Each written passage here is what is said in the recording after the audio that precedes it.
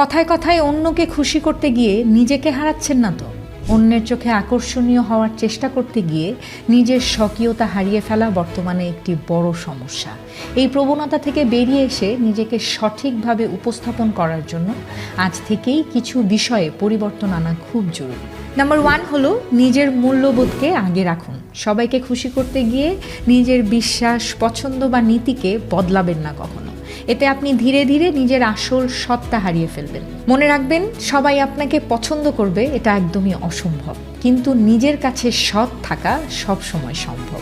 Number 2 হলো বাহ্যিক ঝলক নয়, ভেতরের মানুষটাই আসল।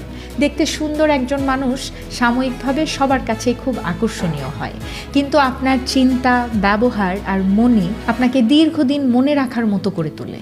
তাই অন্যের মতো হতে নয়, নিজের জ্ঞান আর দক্ষতা বাড়াতে মন দিন। নাম্বার 3 হলো দরকার হলে না বলতে শিখুন।